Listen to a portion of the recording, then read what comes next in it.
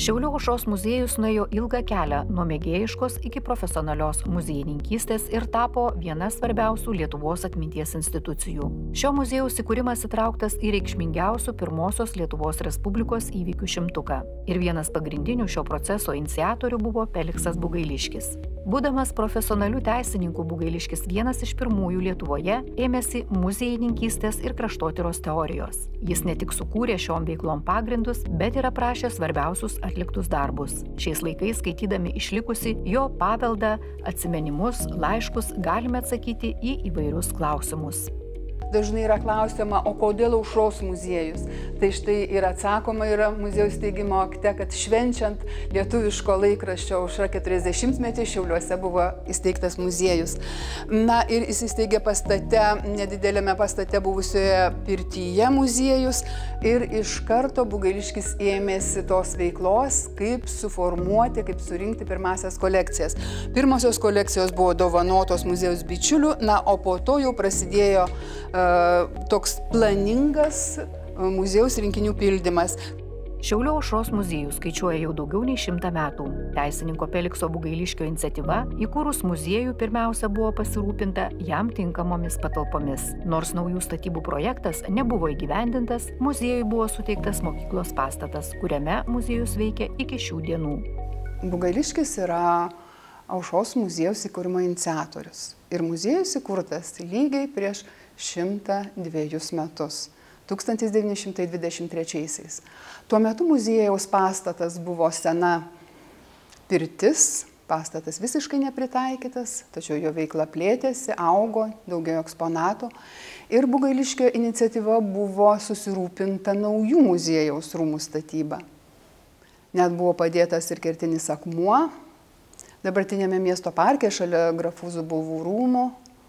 Bet muziejaus pastatas taip ir nepastatytas, o suteiktas šis pastatas, kuris buvo pastatytas kaip mokykla. Tai 33 metais čia veikia ir mokykla, ir aušros muziejus. Karo metu pastatas buvo subombarduotas, muziejus išsikėlė, nebebuvo jo čia. Ir muziejus vėl čia grįžo 67-aisiais. Na, o po renovacijų štai matome gražiai sutvarkytą pastatą ir eksponuojama tai, ką surinko Feliksas Bugailiškis ir jo vadovaujami muziejininkai ir kraštotyrininkai. Plačiai visuomeniai gal mažiau yra žinomi Felikso Bugailiškio kaip teisininko darbai, o šioje srityje, kuri buvo jo pragyvenimo šaltinis, nuveikta tikrai daug. Bugailiškis buvo paskirtas pirmuoju taikos teisėju nepriklausomoje Lietuvoje. Nuo 1922 metų jis dirbo Šiaulių apygardos teisme ir ne vienerius metus užėmė svarbias pareigas. 1939 metais Bugailiškis tampa ir pirmuoju Vilniaus apygardos teismo pirmininku, o teisininko karjerą baigė 1941–44 metais, vėl dirbdamas Šiaulių apygardos teismo pirmininko pareigose.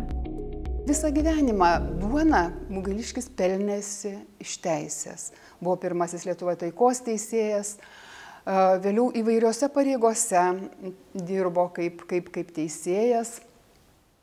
Bet, kaip pats prisipažįsta prisiminimuose savo, visada jį traukė ir tai, kokioje aplinkoje jisai gyveno, kaip ta aplinka kinta, kokios istorijos, kokio žmonių gyvenimai aplink. Vadinasi, jį domėjo truputėlį daugiau negu apima teisė. Ir kadangi, kaip pats Bugailiškis sako, visada prisidėjau prie tų reikalų, kurie valstybėje susilaukdavo mažesnio dėmesio. O jaunoje Lietuvos Respublikoje po nepriklausomybės paskelbimo, po savivaldos įstatymo paskelbimo 1919 metais, kuris tarsi įpareigojo savivaldą rūpintis kultūra, bet tiesiog tam nebuvo nei išteklių, nei lėšų, nei galų gale laiko. Ir kultūra tarsi podukros vietoje buvo. Tai Bugailiškis ir atkreipė dėmesį į kraštotyrą ir muziejininkystę. Feliksui Bugailiškiui muziejininkystė ir kraštotyra tapo jo sielos pašaukimu, kuriam nebuvo gaila nei savo laiko, nei lėšų. Bugailiškis šiandien yra įvardijamas kaip regioninio kraštotyros sąjūdžio ir kraštotyros muziejų koncepcijos ideologas ir praktikas. Tik įkurtas muziejus 23 metais turėjo keletą šimtų eksponatų, kurie ir buvo pirmosios dovanos. Tiesiog Bugailiškis kreipėsi į savo prietelius, draugus, pažįstamus, gal kažkas tai turi daiktų iš senovės, na ir tai buvo tas pirmasis pagrindas padėtas. Ir apie 10 metų ta kolekcija nesiplėtė, neaugo, negausėjo. Ir per tą 10-metį ir pats Bugailiškis, pasidomėjęs tuo kraštotyros sąjūdžiu, kraštotyros muziejų kūrimosi kitose šalise, jisai suprato, kad tam, kad muziejus turtėtų, kad eksponatų daugėtų, reikia dėti tikrai nemažai pastangų ir vienas iš tų pagrindinių būdų ir priemonių tai ir buvo kraštotyros etnografinės ekspedicijos. Kadangi tuo metu kaimas keitėsi, Bugailiškis matė tą kaimo būtovės, kaip jisai sakė, kaitą, kaimai skirstomi į vienkiemius, atsiranda jau kaimuose ir pramonės gaminių. Ir tas fiksavimas tos būties tuometinės kaimuose buvo vienas iš pagrindinių tikslų. Nors muziejininkų tuo metu buvo labai mažai, talkinamas jaunųjų kraštotyros padėjėjų, Bugailiškis paruošė anketas, rengė kraštotyros ekspedicijas, rinko praeities relikvijas. Per ekspedicijas buvo sukaupta apie 70% Aušros muziejaus rinkinių. Ekspedicijų metu, kaupiant medžiagą, buvo pasirenkamas tinkamiausias metodas – aprašymas, fotografavimas, piešimas ar matavimai. Buvo išleistos 22 anketos etnografinėms vertybėms ir istoriniai medžiagai rinkti bei aprašyti. Vykdoma stebėsena, kaip viskas tiksliai atlikta. Tai nebuvo išvažiavimas į kaimą pasivažinėti. Prieš kiekvieną vasarą būdavo sušaukiama kraštotyros draugijos nariai, muziejininkai, aptariame į kokį valsčių vykti, į kokius kaimus, ką daryti nuvykus į tą kaimą, kad reikia pasirinkti vieną tipišką sodybą, tą sodybą, į kurią savininkas įleidžia, kad reikia tą sodybą išmatuoti visokiojopai, kad reikia nubraižyti pagrindinius statinius sodybos, kad reikia fotografuoti, kad reikia, tarp kitko kartais ir filmuodavo jau čia vėliau truputėlį, kadangi tai yra jau su technologiniais dalykais susiję. Tai tokiu būdu per vieną vasarą įvykdavo iki kelių dešimčių tų ekspedicijų ir tokiu būdu buvo surinktas vadinamasis Aušros muziejaus aukso fondas. Aušros muziejaus ekspedicijų metu surinktas etnografinis archyvas 2006 metais buvo įtrauktas į UNESCO programos Pasaulio atmintis Lietuvos nacionalinį registrą. Etnografinį archyvą sudaro 98 bylos ir 22 užpildytų anketų bylos. Archyvą surinko 53 autoriai. Iš jų pirmiausia paminėtinas Feliksas Bugailiškis. Taip, Bugailiškis buvo tas žmogus, kuris paliko daug rašto liudijimų apie savo veiklą. Nekalbant apie tai, kad jisai parašė ir atsiminimus jau gyvenimo antroje pusėje, jau nugyvenęs tikrai tokį ilgą, turiningą gyvenimą, bet ir labai dokumentavo savo veiklą muziejinę ir kraštotyrinę. Felikso Bugailiškio iniciatyva jau, kaip minėjau, jums buvo ir ekspedicijos dokumentuojamos, jos taip labai profesionaliai buvo dokumentuojamas, čia mes irgi vieną iš pavyzdžių tokių turim. Reiškia, per ekspedicijas buvo sukomplektuotas, mes dabar taip įvardijame, Šiaulių Aušros muziejaus ir kraštotyros draugijos etnografinis archyvas, arti 100 didžiulių bylų apie Šiaurės Lietuvos, daugiausia be abejo Šiaulių valsčius ir kaimus. Ir archyvas labai gerai parengtas, susistemintas.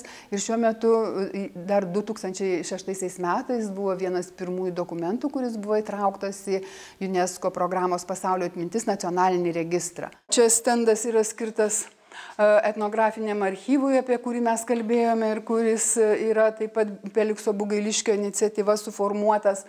Ir matome tų bylų pavyzdžius, štai tokių bylų apie atskirus kaimus, valsčius, Meškuičių valsčius arba Telšių apskrities kaimai yra arti 100, apie 90, jau neskaitant ir anketų, kurias taip pat paruošė Bugailiškis ir kurios būdavo užpildomos ekspedicijų metu.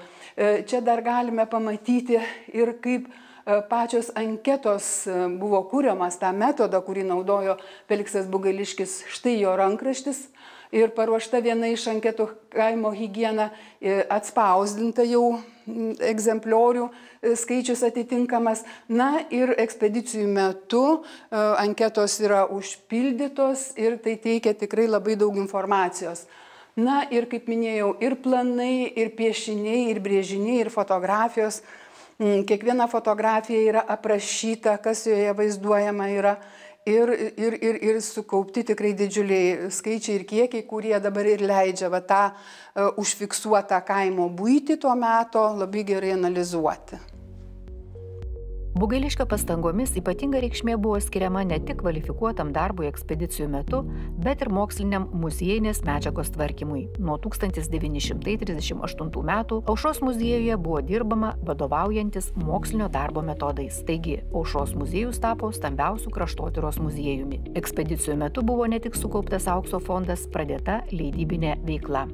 Buvo surinktas vadinamasis Aušros muziejaus aukso fondas.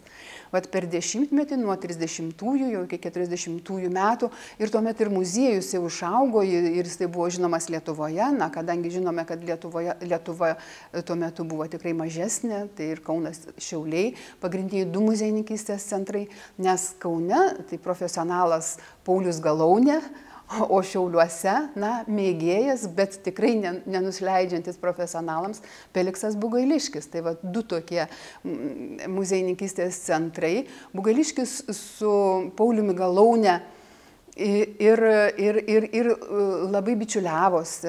Jisai labai daug konsultavosi su Galaune kaip profesionalu. Bet kartais ir pasivaržydavo, sakykime, dėl eksponatų, nes Pauliaus Galaunės nuostata buvo, kad kraštotyros muziejai turi surinkti eksponatus ir perduoti Vytauto Didžiojo kultūros muziejui. Bugailiškisgi galvojo apie regioninius kraštotyros muziejus ir sakė, kad ta medžiaga turi likti ten, kur jinai surinkta. Žodžiu, tokiu būdu Bugailiškis, na, tapo vienu iš muziejininkystės sąjūdžio tikrai tokių pirmeivių ir pagrindinių organizatorių Lietuvoje. Iki karinė Aušros muziejaus istorija neatsiejamai susijusi su Šiaulių kraštotyros draugija, kurios žinion muziejus buvo perduotas 1928 metais. Muziejuje saugomas bendras Šiaulių kraštotyros draugijos ir Aušros muziejaus fondas, kuriame yra vienas ypatingas eksponatas – Šiaulių kraštotyros draugijos ir Aušros muziejaus kronika, kurioje 20 metų buvo fiksuojami pagrindiniai muziejaus ir draugijos įvykiai. Tai 3 stori sąsiuviniai, kuriuose nuo 1930-ųjų iki 40, maždaug iki karo, buvo fiksuojami Aušros muziejaus įvykiai. Šitą kroniką pildė ne tik Feliksas Bugailiškis ir kiti muziejaus darbuotojai, mes pagal raštą galime atsekti, bet ir Bugailiškis pats taip pat fiksuodavo įvykius, rašydavo. Iš čia mes ir sužinome, kaip būdavo planuojamos ekspedicijos, kaip būdavo jas vykstama, kokie tikslai uždaviniai buvo keliami. Ir reikia pasakyti, kad pirmoji dalis, pirmas sąsiuvinis yra išleistas Felikso Bugailiškio inicijuotos muziejaus kronikos, reiškia atskirų leidinių, ir galima jį paskaityti ir plačiau, ne tik tie, kurie domisi muziejininkystė, sakykime, ir ieško medžiagos muziejuje, bet ir bibliotekose. Ir dabar mes turime tokią užduotį išleisti ir antrąją dalį, taip pat labai įdomus laikotarpis jau ir sovietmečio pirmieji metai, labai tokie svarbus įvykiai kaip muziejaus evakuacija, štai vat iš šito pastato, žodžiu, labai fiksuota, labai įdomių dalykų. Dar vienas rašytinis palikimas, kuris leidžia rekonstruoti praėjusius įvykius ir gyvenusius žmones, tai atsiminimai, kuriuos Bugailiškis pradėjo rašyti jau po karo išvykęs į Vilnių nuo 1958 iki 1961 metų. Atsiminimuose Bugailiškis pasirinko ir įprastą chronologinį dėstymą ir probleminį principą, padedantį išryškinti svarbiausius visuomeninės ir kultūrinės veiklos barus. Taip pat rėmėsi, kaip jis pats sakė, nebeištikima atmintimi, asmeniniu archyvu, bibliotekų šaltiniais. Paties Bugailiškio teigimų išėjo nei tai atsiminimai, nei tai apybraižos. Atsiminimai buvo parašyti matyti ranka pirmasis egzempliorius, o po to buvo atspausdinta. Atsiminimai buvo spausdinti 3 egzemplioriais ir vienas iš tų egzempliorių yra Aušros muziejuje. Atsiminimai įdomiai taip yra parašyti, jie nėra parašyti pirmuoju asmeniu. Truputėlį kitą, reiškia, tą stilių pasirinko Bugailiškis, tarsi tokio istoriko, stebėtojo. Jisai pasakoja apie įvykius, kas įdomu, netgi cituoja, sakykime, savo publikacijas prisiminimuose. Ir kai jau po nepriklausomybės paskelbimo, po antrosios nepriklausomybės paskelbimo mes Aušros muziejus ėmėsi iniciatyvos, žodžiu, išleisti tuos prisiminimus, tai mes taip pat norėjome, kad ir liktų tokie, kokie buvo parašyti. Sudarytojas buvo profesorius Vygantas Pšibilskis ir jisai taip įvertinęs Bugailiškio atsiminimus, juos ir įvardijo medžiaga istorijai. Kadangi yra truputėlį tas požiūris tarsi iš šalies. Atsiminimų egzempliorių būta tikrai ne vienas, jų tekstai buvo ne visiškai tapatus, matosi papildymų, taisymų mašinėle ir ranka. Aušros muziejuje saugomas Bugailiškio atsiminimų egzempliorius aktyviai buvo naudojamas kaip tarpukario Lietuvos kraštotyros ir muziejininkystės šaltinis. Vartant Bugailiškio palikimą matome, kiek dar daug rankraščių yra nepublikuota, tarp jų ir korespondencija, kuri verta dėmesio, nes būtent susirašinėjimuose atsiskleidžia Bugailiškio asmenybė ir istorinės realijos. Išlikusios korespondencijos tikrai Bugailiškis, kaip plačių pažiūrų, tokių plačių interesų žmogus atsiskleidžia. Ir tas jo korespondentų ratas kalba pats už save. Sakykime, tai, ką mes Aušros muziejuje turime. Ir Povilo Višinskio, reiškia, laiškas Bugailiškiui. Beje, mes turime, reiškia, kas kreipėsi į Bugailiškį, nes pačio Bugailiškio laiškų vienas kitas išliko. Ir Julijos rašytojo Žemaitės laišką mes turime. Susirašinėjau su tuo pačiu Pauliumi Galaune, apie kurį jau mes čia kalbėjome, nes tiesiog bendri interesai buvo. Ir istorikas Puzinas, ir daugelis kitų, kas rodo, kaip minėjau, tą jo plačius tuos interesus ir beje ir teisės. Sakykime, turime laišką kreipimąsi Gabrielės Petkevičaitės bitės, tai jau jį kreipėsi kaip į teisininką į Feliksą Bugailiškį. Žodžiu, įvairiais klausimais jį buvo kreipiamasi. O Bugailiškio laiškų mes turime siųstų į Aušros muziejų. Kaip minėjau, išvykęs į Vilnių, jisai tikrai nenutraukė ryšių su Aušros muziejumi ir žinojo, kas čia vyksta ir kokie darbai vyksta. Tai ir rodo tas turinys tų laiškų. Ir turime ir paskutiniuosius, turbūt galime sakyti, Felikso Bugailiškio laiškus, sveikinimus. Sakykime, vienas iš paskutiniųjų turbūt būtų Aušros muziejininkai yra sveikinami 63 metų, naujųjų metų proga. Prasidėjus sovietiniai okupacijai, Feliksas Bugailiškis stabdė teisininko veiklą.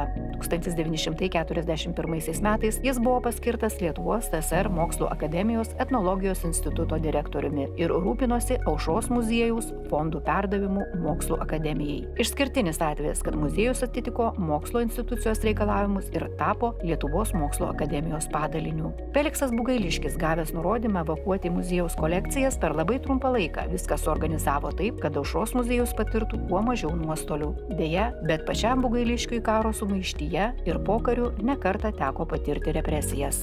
Vokiečiai pareikalavo atlaisvinti Aušros muziejaus patalpas ligoniniai, jis turėjo eksponatus išvežioti, suslapstyti į 50 įvairių vietų ir dalį eksponatų paslėpė savo namuose. Antroji sovietinė okupacija, 44 metai. Jis savanoriškai parašo prašymą atleisti jį iš teisėjo pareigų ir tuo užsitraukia Šiaulių miesto komunistų partijos sekretoriaus nemalonę. Jį įkalina Šiaulių kalėjime, pakalėjęs keletą mėnesių. Jis buvo garsių bičiulių ištrauktas iš kalėjimo, tačiau jie baiminosi, jog Bugailiškis bus nuteistas be teismo bus persekiojimas, slapčia suorganizavo jo išvežimą iš Šiaulių ligoninės autobusu. Kurį laiką, 45 metais, iki pat pavasario, Bugailiškis slapstėsi buvusiuose Petro Vileišio rūmuose, tuomet tai buvo Lietuvių kalbos ir literatūros instituto patalpos. Tam institutui tuomet vadovavo Vincas Mykolaitis Putinas. Kai praėjo persekiojimo grėsmė, keletą, tai yra 4 maždaug metus, Bugailiškis buvo pakviestas dirbti į Istorijos institutą etnografijos skyriaus sektoriaus vedėjo pareigoms. Tuo metu Istorijos institutui vadovavo Povilas Pakarklis ir dalį taip pat laikotarpio jisai dirbo knygų rūmuose. Karo metu didesnė dalis Aušros muziejaus fondų buvo išslapstyta Šiaulių regione. 1950 metais didelis dokumentų masyvas iš Šiaulių Aušros muziejaus atkeliavo į Lietuvos mokslų akademijos biblioteką. Bugailiškis persikėlęs gyventi į Vilnių darbavosi šioje bibliotekoje, nuosekliai tvarkydamas Žemaitijos dvarų dokumentų kolekciją. 1955 metais imasi pačio didžiausio darbo, didžiausios apimties darbo. Jis ima aprašinėti Žemaitijos dvarų kolekciją, kuri susiklosčius palankiom aplinkybėm iš Šiaulių, o Šiaulių muziejus labai buvo nusiaubtas karo, nukentėjęs, jis tuos dokumentus persiveža į Vilnių. Su jo žodžiu žinia, su jo organizacija persiveža viską į Vilnių ir pradeda tuos dokumentus aprašyti. Tai daugybė dokumentų, apie Kelmės dvaro dokumentus jis net parašo apžvalgą, o tuo metu tokių apžvalgų niekas nespausdindavo, liko iki šio laiko. Žodžiu, tyrinėjo jisai dvarus 16, 18, 19 amžiaus ir daug tūkstančių dokumentų jis pats aprašė. Dokumentų iš vis yra ten 12 tūkstančių, bent jau kokius 6-7 tūkstančius jis aprašė. Dažniausia vertė iš lenkų kalbos, turėdamas puikų teisininko išsilavinimą, tas žinias panaudojo, turėjo archeografinių žinių, nes labai susidūrė su jomis dirbdamas Šiaulių Aušros muziejuje. Taigi, kad ir garbingo amžiaus, jis atliko labai didelį darbą.